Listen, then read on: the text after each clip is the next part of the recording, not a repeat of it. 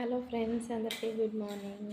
కన్నా good morning చెప్పరా ఒకసారైనా. నీ జట్టు ఉండదులే, అందరు జప్పేసి అంటారు. సరే సరే, మేమైతే ఇప్పుడే లేచామండి. మా కనీక్ష అయితే ఇగో ఇది తాగుతున్నాడు.